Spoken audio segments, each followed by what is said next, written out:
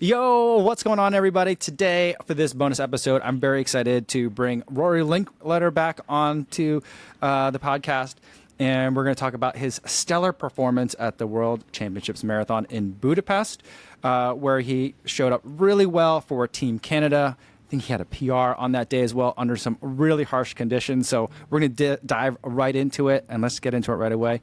Here's Rory. Welcome. How you doing today? I'm doing great. Second fastest time ever. Not quite a PB. Okay. All right. Well, you came in at 2:12 on a really hot day. So that's got to feel really good. Yeah, I definitely think it was my best marathon ever, even if the time isn't my personal best. Okay. And I think you were 19th overall on the day. Correct. Is that right? Yeah. I mean, just a really solid showing. I remember seeing you from early on in the race, and I guess we can just kind of jump right into kind of a little bit of the race recap, and then we could talk about kind of your recovery and some other stuff there too. But I mean, for me, I remember waking up that day, and I'd already seen kind of the women running the day before. What were some of your thoughts, like waking up that morning, in terms of what the on-course conditions were going to be like in terms of humidity, heat, all that kind of thing? Yeah, so I went to Spain for a week before I went to Budapest for a week before the race. So I had been in Europe for 14 days in pretty harsh conditions. And it was one of those things where I felt like my adaptations and acclimatization was on point up until the start of the race. And I started to feel really comfortable in those conditions. It's obviously hot. You're sweating profusely. It's really tough to feel comfortable in those conditions, but I felt like it was something that I'd gotten used to by the time the race morning had started. And that, the sun isn't quite up yet. It isn't quite in the scorching temps yet. So it was fine. Okay. Now I noticed for a couple of things on the heat, did you do like a sauna protocol leading up to the race? Or like what were you doing? Cause you're training in Flagstaff. It's not exactly humid, but I'm sure it's hot. So, like, what were you doing to get ready specifically for Budapest? Yeah, so I was running all of my easy runs basically from the beginning of the block in black tights and black long sleeves. And that was my only thing I really did for heat acclimatization. I was going to do a sauna protocol, but I actually got food poisoning the week before I left for Spain. Mm-hmm. So, like, the sauna kept triggering, like, my stomach going backwards. So, like, it was one of those things where I was going to do a quick sauna protocol before heading out to Europe, but it just didn't work out because my body couldn't handle another stressor after getting ill 3 weeks before the race. Okay, so like, were you terrified, like getting food poisoning that close to a big like a race on the calendar like this, or like what were your thoughts? Like, at least it's 3 weeks out, I'll be fine. Like, what's going on there? Yeah, so obviously, all runners are a little bit obsessive compulsive about like how their body feels, especially as the race gets closer and closer. So of course I was like scared, but I knew it was food poisoning at the time. So I was like, oh, should be a 24-hour thing. And it mostly was, as far as like feeling like run down and sick, but it kind of just lingered with a bad gut for like 4 or 5 days. So it wasn't easy, but I managed. I got all my runs in, didn't have to miss anything. I just didn't feel my best for a few days, but it ended up coming around right in time for my last big key session before the race, which was, 15, 16 days out, I think it was. And I did a long threshold out on Lake Mary, and my stomach was fine by then. And so really, like, it came at a time that was stressful, but it also came right in between 2 hard workouts. I was able to kind of bounce back perfectly for it. All right. So, I guess as long as that had to happen, the timing was okay, I guess. Yeah, I feel like something like that happens every race, every marathon block. All right. Before I forget, I think some additional congratulations are in order, because I think you had an addition to the family since the last time we talked. Yep. We had a daughter born June 3rd. Oh, awesome. Well, congratulations. I'm assuming she didn't travel with you. None of the family traveled with you out to Budapest? No, that's a long trip for little kids. I know, especially to take 2 very young ones on some very long flights. That's got to be tough. How was it to be separated from your young family for that long? Because you were away before the race for 2 weeks, and then I think did you go home right away? Like, so it was. Yeah. So I headed straight home. Mm-hmm. It was hard. By the time the race came around, I really wanted to be back in North America and with my family. Yeah. but I managed with FaceTime calls and just eyes on the prize kind of mentality. Sure. Well, let's talk a little bit more, get back to the race. I saw you guys start out and it looked like you were running with Nico, at least in the beginning. Is that something that you had kind of planned on doing beforehand? Yeah, so Nico and I were college teammates at BYU for, I think, 3 years, and we're great friends. He was a groomsman at my wedding, and so I texted him like 2 days before the race and was like, hey, I don't know what you're thinking with this forecast, but I just kind of told him what my idea was, and basically his coach, Coach Castor, had the same idea for him, just kind of run between 5 minutes and 5:05 per mile and just kind of lock in and let the group do what they're going to do, and just know that that pace is more reasonable in those conditions than maybe going out and, like, if it was perfect conditions, we would have probably been 450 to 455, it's about 10 seconds slower per mile just based on the weather. Right. And then the course was, it had a little like 2K kicker at the front, and then it was basically 10K loops. What'd you think about the course layout? It was mostly flat, except maybe on that one end by the bridge, it had a little bit of incline. How'd you feel about that? The course was beautiful. It was fun. I love loop courses. Eugene and Budapest were both great races for me. And I think that that's partially because the loop course allows you to kind of break the race up by loop. Yeah. And another nice thing about the loop course is kind of like you always know where the aid stations are going to be. So that kind of lets you kind of prepare a little bit. What was your kind of like aid station like setup like for you? Like, what did you have for yourself? Yeah, so every odd aid station was a gel and a fluids which had carbohydrates in it, and then every even was just fluids with carbohydrates in it. And then on the evens, I had a wet towel put over top of it to kind of wring over myself, kind of like the sponges that we saw in the course. And then both bottles had also a chemical cooling pack, like kind of like hand warmers, but you break it and it cools. And I would just hold those for about 5-6 minutes after each bottle, just to kind of cool my core temperature through the polymer cooling method, something Huberman's big on. So Ryan told me to do it. Yeah, I'm well aware of like the concept that you could really cool yourself down a lot by like putting something cold, even just pouring a cup of water on your hands, like the evaporative cooling can help keep the core temperature down. So it's cool to see, because I think everyone that's watching this has seen the footage where I'm running alongside you on the course and you throw the ice pack to me and I caught it. And people were like, what did he throw to you? I'm like, an ice pack. So I was like, he must be cooling his body down with those. Is that something that you had tried using before in any training runs, or you're like, well, let's try it on the course? Yeah, so I did it in Eugene as well, because I trained for hot temperatures in Eugene. We got lucky and it was nice weather. But so I had done it for one other marathon, and I'd done it in all my long workouts, this build. Okay.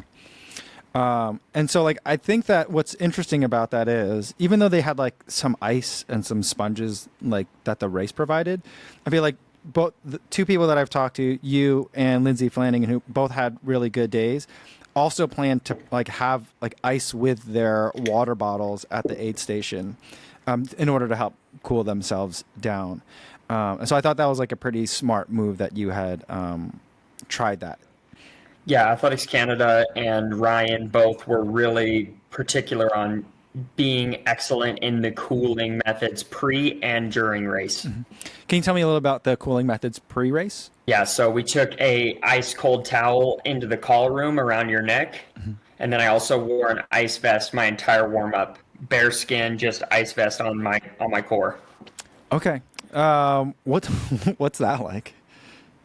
It was honestly not too bad. Okay. I mean, it was pretty like comfortable after the first initial shock to the system. Okay, and so then like eventually later on in the race, I want to say it was a little bit after the halfway part. It looked like you had separated from Nico, and like you had a little group. I think Mohammed El Arabi was with you. There's a handful of runners there, and it looked like you were separating and really putting on a charge. Was that you making a move, or was that group kind of like starting to trail off because of the heat? Can you explain that a little bit? So at 15K, I saw the split because I was taking every 5K split, and basically I was feeling like that pace was too comfortable. I was running like 1540s, 1550 for the first three 5K splits, and I was like, I feel like kind of like I'm holding back. And I know that's pretty early to make that call, but I was basically like, I can go a little faster. I feel really good. I've never felt this good 15K into a marathon. So I just told myself, like, just kind of like lean into it just a touch more, just kind of engage with the pace a bit more, not necessarily like have a pace in mind, but just engage with the effort just a touch more. And I basically started running 305Ks, 1520 to 1530 for the next three 5K splits. And I think even 30 to 35K, I was still doing that. So really I ran that 20K from 15 to 35K on personal best pace. So the middle chunk of the race, I was just nailing personal best efforts. And that was, you know, bookended by a really conservative start for the first 15K and a holding on to finish a marathon last 7K. That's incredible. How do you know to trust a feeling like that at 15K? Because like, I can tell you what, everyone here on like the sub-elite amateur side has had that feeling, and we've gone with it, and it blew up in our faces. Like, how do you know? I mean, you're a pro, so you know different things, but explain like how can us normies figure out like how to trust it or when to not trust it? Yeah, so basically, I would say for me, it was really dialing into the sensation of what a marathon effort feels like over the course of my career, kind of learning what the signs are of like going too hard too early, and also just in training, kind of being at altitude, you kind of learn that your lines are pretty like sharp. So at altitude, similar to like running in heat, you go over and you're going to pay for it pretty quick. So I guess I just have gotten pretty good at knowing where the line is, and then knowing also how to kind of like push and pull. So a skill that I practiced this training block, and Ryan was big on telling me to kind of, you know, implement this, is to kind of find the line. And then if you ever feel like you're stepping over it, like learn how to regroup within like a minute's notice, like, right? Like, okay. And in training, I did feel that a few times, felt like I was kind of going a little too close to the line, a little too close to the edge. And then I would just pull back for like even a mile, a K even. And you just kind of feel yourself regroup, and then you kind of re-engage again, and it ends up evening itself out quite well. So the course allowed for me to do that in many spots, like where I felt like I was engage, let off, engage, let off. But the splits were pretty even in that middle stage, but I think I was just ebbing and flowing by how my body was feeling and how the course was interacting with those splits. All right, now a question that I have, because I was able to get through to most parts of that course, but that part when you're crossing over the bridge from the Pest side to the Buda side was, I don't know if people other than photographers could get over to that side. What was that part of the course like for you? That was my favorite part. Okay. So once you crossed over the bridge, there was actually quite a few fans, especially like right when you cross over the bridge. There's like this roundabout that you go through, and then you go up through the tunnel, and that's like a slight incline. And I don't know why, but I felt like that incline was really engaging for me. And it actually helped me to kind of break up the monotony of kind of a mostly flat course. And so you'd run down the bridge, nice little downhill, you'd spin your legs, and then you go straight into this uphill through the tunnel. And it was also the shadiest, coolest part of the course, because there's no sun getting through, and there's kind of a draft coming through the tunnel naturally. Okay. So I really liked that stretch. And then you turn left and finish the loop at the top of the course. And that basically, once you turned left, you were going downhill till you hit the bridge, very slight downhill. Okay. And I just felt like I would run through the tunnel really like engaging, and then I would kind of just float down back to the bridge and do the same thing over again. And I always felt like I was the strongest on that top loop portion of the course. I think maybe it was 2.5K only of the each loop, but I loved that part of the course for sure. And there was good fan support. Okay, good. There was like a dance zone in front of Buda Castle, and there was a few Canadians that were Natasha Wodak and Sasha Golish, the women that ran the day before, were out there cheering. And a couple times, you know, I'd pump up the crowd, just kind of engaging with them, and I found that really, really fun and I guess engaging would be the word I'd go for. Nice. Now, I remember, I don't know if it was something you posted or something I heard you talk about, but you said that this was some of the most fun you've ever had racing a marathon.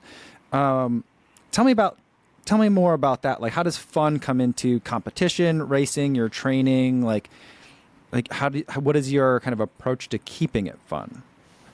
Yeah. So for me personally, I've always been a guy that, like, I really enjoy the sport. I really enjoy getting out there and running. So I try to like not change that part of me on race day. And I think in the past, I've sometimes, you got to be serious. It's race day. You got to have this scowl on your face, be a killer. Right. And like I can be those things within the race.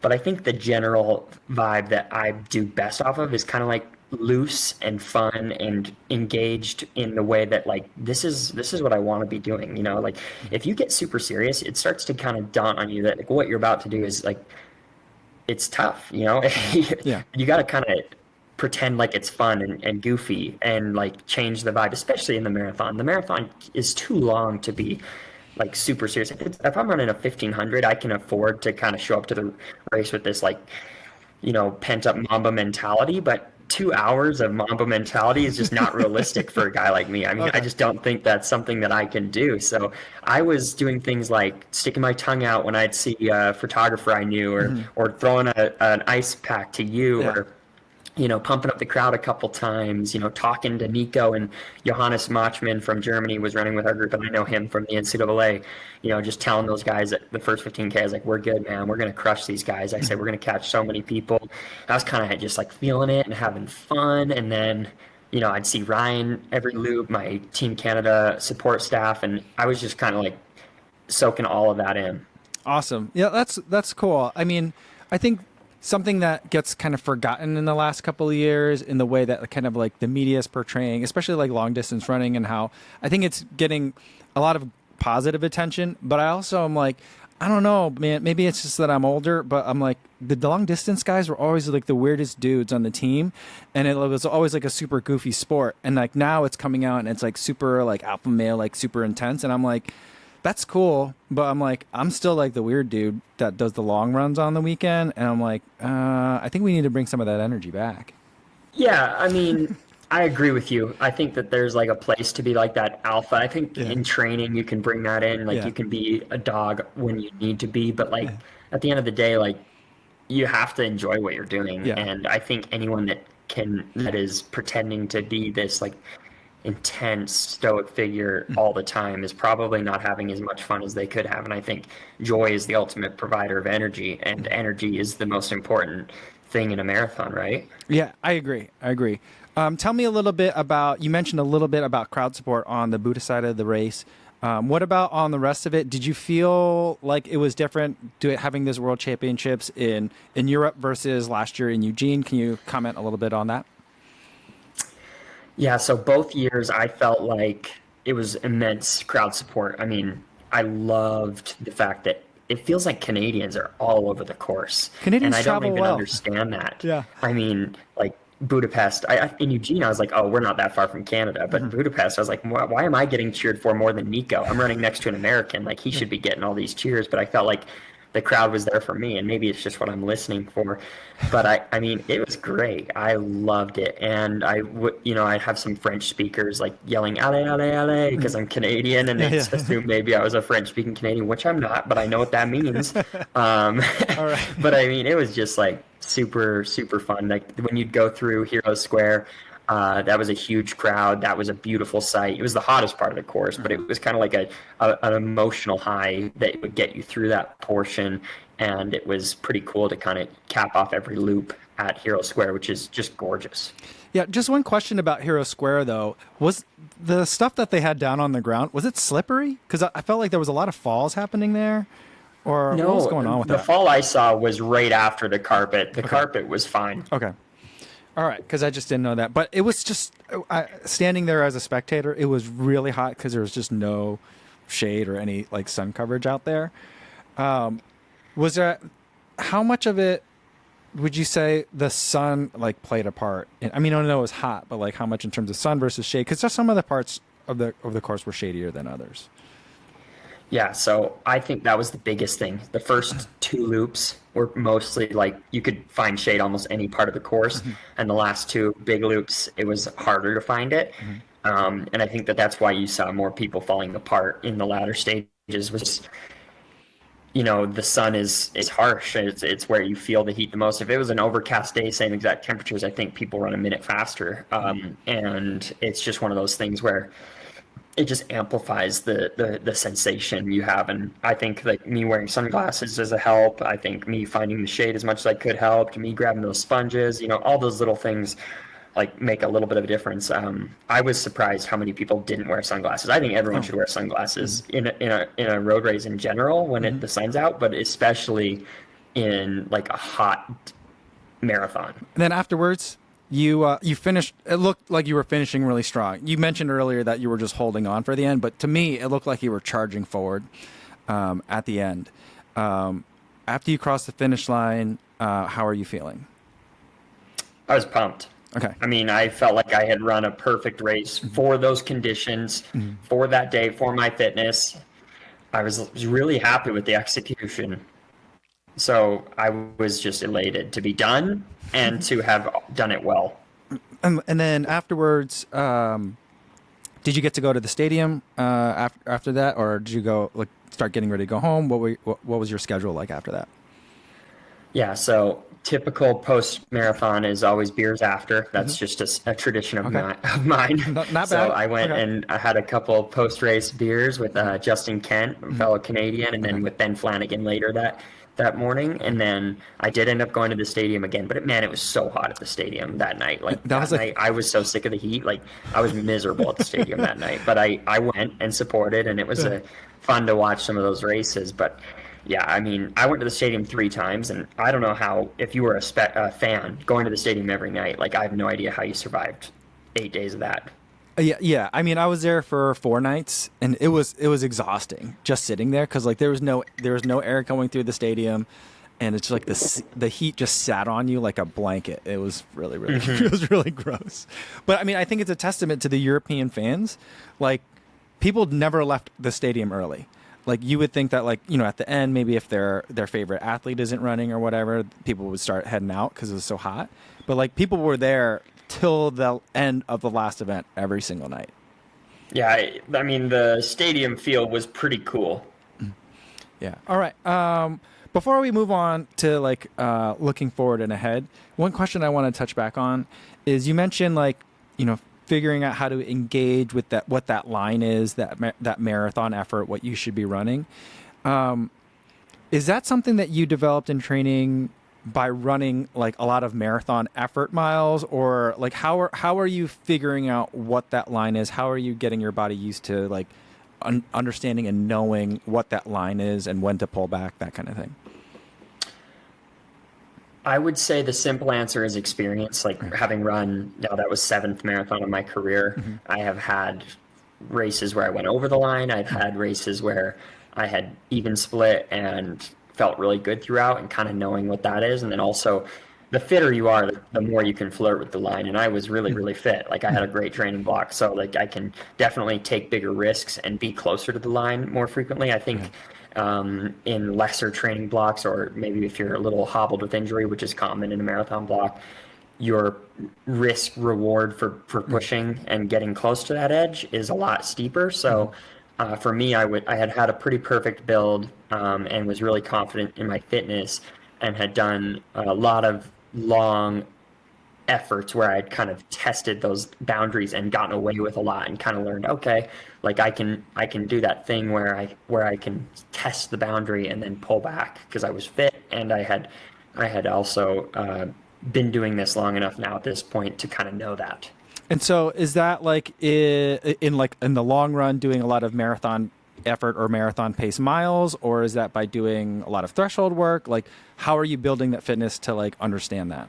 Like, can you break that down a little bit more? The answer is both. Okay.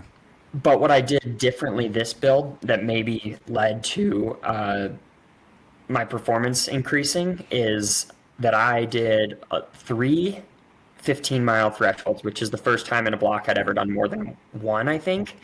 And the way we did it is I actually really enjoyed this. The first time I did it in trainers, and I did it way beneath marathon effort, like 5:20 pace, which I wasn't in great shape yet, so it was probably actually pretty close to my marathon effort. Okay. It was early in the block, and it was up here, obviously, at altitude. and solo. So first one, pretty chill. Second one, I did kind of an in and out version of it. So I would go above and below, kind of float those lines, kind of learning again, where's your line? How do you regroup? You know, I'd do a mile at like 4:55, mile at 5:15, kind of bounce back and back and back. And it was crazy how quickly I'd recover running one 5:15 mile, which isn't slow up here at 7,000 feet. So that was a big confidence booster. And then my last key workout in Flagstaff before heading out to Europe was just 15 straight through. I averaged 5:01 pace, and that was by far the fastest I'd ever done on Lake Mary. And by the end, I was running, I think my 15th mile, Ryan wanted me to kind of pick it up. I think I ran 4:46 or something on Lake Mary for the 15th mile with threshold. So that's one component. And then the second part that I feel like I did really well this block was we did like a weekly long run that was between 2 and 2.5 hours with some pace in it. So it'd either be like 30 minutes easy, 30 minutes of fartlek, 30 minutes of moderate, you know, like it was just like spice in any which way, kind of depending on what the week's emphasis was. If the week was already big, then that long run would be a little less spicy. And if the week was pretty tempered, we would make that long run a little bit more intense in effort. Very cool. Quick follow-up on that. When Ryan Hall wants you to pick it up at the end of a long run, is that like a, hey, let's pick it up this last mile, or is it like, is it yelling? Is it like a hand-eye signals, or how does he communicate that with you? Yeah, so he's on the bike, so we're talking throughout the workout, and he knows I'm having a good day, you know, early. And I kind of told him at like 10 miles, because I did the first 10 miles of that one with Drew Bosley, and we dropped off Drew Bosley, an AU runner, at the car at 10, and then I went out 3 miles back 2. So I tell Ryan right after we drop off Drew, I'm like, I'm feeling amazing. Like, this is the best I've ever felt in something like this. And he goes, okay, for the next 4 miles, I don't want you to go any faster, even though you're feeling good. And the last mile, I want you to kind of engage with this. And this is a Ryan word. Ryan always uses engage with the pace, engage with this. And so we get to 2 miles to go. He's like, not yet, hold back, you know, and I'm starting to feel it a bit. You know, you're doing a 15-mile threshold, the legs are gonna fatigue. So I was already hurting a little bit by this point. And he says, with a mile to go, I want you to go through your gears, is what he called it. So right at the mile to go 1 gear above where you are. And then at 3/4 of a mile to go, because Lake Mary has marks every quarter mile, basically go to the next gear. And then he said, go to till you have it still 1 more gear, and then stop there. So I think I ran like 2:25 for the first half mile, 2:21 for the second half mile. And that led to a 4:46 last mile. That's incredible. Wow. Nice. You're a Puma sponsored athlete. So can you go over, like you mentioned, your trainers that you used for that first 15, and then you switched over to other shoes later. Can you go over the shoe lineup that you used for those 3 runs? Yeah, I can talk shoes. Easy. Talk shoes any day. Nice. So I wore the Deviate Nitro 2s, not the Elites. This is where it gets a little dicey. I wore the trainer version for the first one. And I tried to make a deliberate effort to work out in non-super shoes or trainers a couple times throughout the block, especially in the early stages of the block, because I wanted to kind of control the effort, save the legs, and kind of just make it so that bringing out the race day shoes was something somewhat special. So then I switched over to the race day shoes as the block advanced and we got to the nitty gritty stuff. And so that was the Deviate Nitro Elite 2s that I was wearing on race day and in those last 2 big marathon sessions. Well, the last 2 thresholds that I did. I mean, I did plenty of big sessions in those shoes. So okay, cool. And then any other shoes from those are kind of like my 2 favorite shoes from the Puma lineup this year, especially the Nitro too. Such a good shoe for a lot of different kinds of running. Are there any others that get sprinkled in there, or is it primarily those 2 for you? Oh, I sprinkle everything. So I like for like my easy recovery runs, I really like the Forever Run. It's a stable, super cushy shoe. So I was using that a lot on easy days.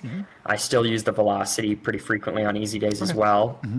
I think those are the only 3 that I really was using this block. And that's simply because I really like the Magnify too, but I didn't have that as well this block. So, and then I would, with workouts, I like to mix it up just because I like to kind of feel something different. So depending on the type of workout, let's say we're doing hard mile reps at half marathon pace or 10K pace, I would do the fast R for that one, because I kind of feel like it's a little snappier, a little more aggressive. And so I would just tweak what I was using for based on the type of workout. A really easy workout, like a layup workout that's bridging to bigger sessions, I would use the Liberate, which is Puma's non-carbon plated kind of flat, light shoe. Yeah, nice. I like that one for if I'm on the track. I don't get in spikes hardly. I try not to, because I usually end up hurting myself if I put myself in spikes.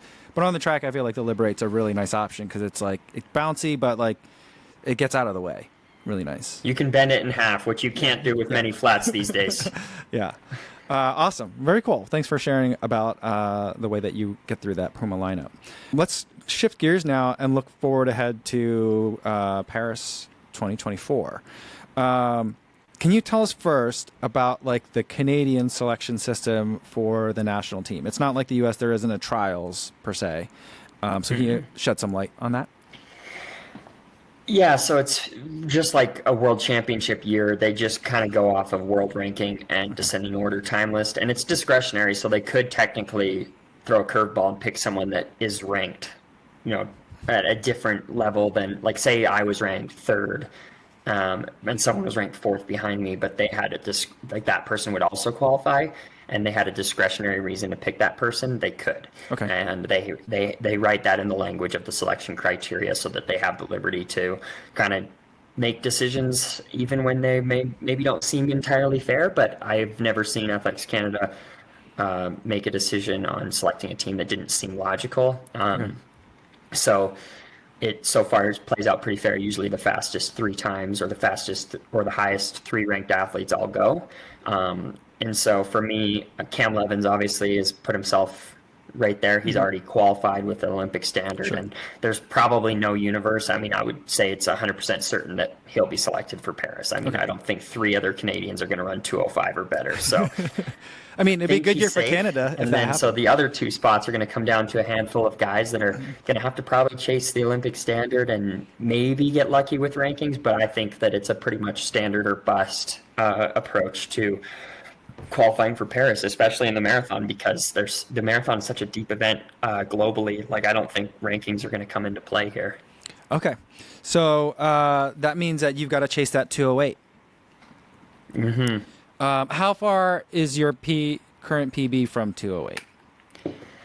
So last year at Eugene, I ran 2:10.24, and that is my current PB. But I firmly believe I have those 2 minutes somewhere in me. You just look at my half marathon time, people that run 2:07, 2:08, 2:06, they're not running much faster in the half marathon. And Ryan believes that I can do it, and I believe I can do it. And I at least think that there's a chance. I got to go to a fast course on a fast day with a good group and have a good day, have a great block, kind of like what I had for Budapest, but do it for a very fast, ideal conditions course day. And then you can only qualify with a marathon time. Is that right? Correct. All right. So you need to find one more marathon to hop in between now and whenever the team gets selected, probably sometime early-ish next year. They closed the qualifying window, I think, at the end of May. So for Tokyo, Cam Levins qualified the last day you can qualify. It was May 28th or something. He qualified on the last day possible. And there was actually someone he bumped out. So imagine being that guy who thought he was going to the Olympics all the way up until the last day. And that's brutal. That was Tristan Woodfine at the time. He had the standard, and Cam just barely, I think 20 seconds faster than him at some race in Europe on the last day possible, and made the Olympic team. So we pretty much won't know until the end of May, but I think if I run under 2:08.10, I'll feel pretty confident that 2 other Canadians won't surpass that. If they do, good for them, and you know what, they deserve to go to the Olympics as well. Sure. And then currently, does Canada have more? How many sub 2:08 guys does Team Canada have right now? Just one. Yeah, just Cam. Right? That's right. Okay, that's what I thought. And so then, are you looking to race again? What's your kind of race calendar general? I mean, I don't know if you have something that you can't announce yet or whatever, but what's kind of the race schedule plan, broadly speaking, looking like for you? Yeah, so I can tell you what I know because I don't Okay. know everything Okay. yet. So Okay. I'll tell you what I can and what I know. So right now, Ryan thinks in order for me to get that 208.10 standard, I have to focus on my speed before I get back into marathon training. If I just jump right back into it, Right. I would maybe have a chance, but not the best chance possible. Okay. So he wants me to train for 5K, 10K specific work Oh, this okay. fall and maybe find some shorter road races. We've got some circled on the calendar and targeted. I might go to BU even and try to run a 5K PB in Okay. December Yeah. just for fun. Okay. I like training for the short races. That's actually, I like it just as much as training for the marathon. You know, it's just kind of come in seasons, right? Like Yeah. you kind of get burnt out of doing the same thing over and over again. So both physiologically and mentally. So we're going to just put the emphasis on speed and then probably pick a really early spring, late winter marathon overseas where you can run really, really fast. And I don't know which one that will be yet, but I can give you a hint that there's only a few in like the February, March range that look ideal for running really, really fast. And that's kind of the timing that I want to nail for marathon target, because then it gives us the chance that if let's say like I get a cramp or something in the race or something weird happens that you can't predict, I can then refocus 6-8 weeks later to an April or something like that marathon. So we do want to have a back pocket plan B, hopefully not have to use it, but so that's why we're going to probably go early spring, late winter for the first target. Okay. Oh, awesome. That's exciting. And then any major tweaks that you think that you'd like to make in the next marathon build? I mean, I know you'll work on speed, shorter distance speed first, but then going into the next build, is there anything that like you felt from your race in Budapest that you're like, I'd really like to work on these kinds of things? Or is it kind of like do the speed, then do another build kind of like this one, and then we'll be in a good spot? Where's your head going into, at this point, looking into that next marathon block? I think it's hard to kind of look at marathon training and not start to project on like, oh, what if I hit that same workout at this pace? Would that like, but I try to avoid that because when I start to do that, I start to miss the purpose of the workouts. So I think I did a really good job this block of like going into workouts with kind of an open mind of what they could be. I knew I was in good shape and then I'd probably run pretty quick. But I think I just need to do the same thing relatively. Ryan's always reinventing stuff. There's not really like a set marathon block. Some coaches like have this cycle where it's like pretty cyclical, but I think Ryan is pretty good at reinventing himself and also keeping things nuanced and fun and different for the athlete. And he usually asks for my feedback on things. And I think we'll do probably 80-70% of the same type of work, but with just little tweaks based on what we think I might need in order to run that fast. I think I'll probably do it because of the time of year I'll be training, January, December, February. It'll probably be a lot of dropping down to Camp Verde and being able to actually run faster paces. So that's basically sea level, 3,000 feet above sea level. For me, I can run sea level paces at that altitude because I'm so acclimatized to 7,000 feet at this point. So for me, I'll probably just run faster paces just because I'll be dropping down for it to Camp Verde. All right. Well, that sounds incredible. I can't wait to follow along on the journey as you chase that 2:08:10 time. And hopefully we'll be rooting for you in Paris for the Olympics. Thanks so much for spending time to break down this marathon for us. I really had a great time with this conversation today. I had fun too. I mean, it's always a pleasure. Thanks for having me back on. It's cool to be a recurring guest on this podcast. All right. Thanks so much. We'll definitely be cheering for you and good luck in your future training. Please be at my next marathon so I can have that good luck charm. Throw you my ice packs again. All right. All right. Well, let's schedule it. All right. We'll put it on the calendar. I'll let you know which one, and then you'll have to book your flights. All right. You got it.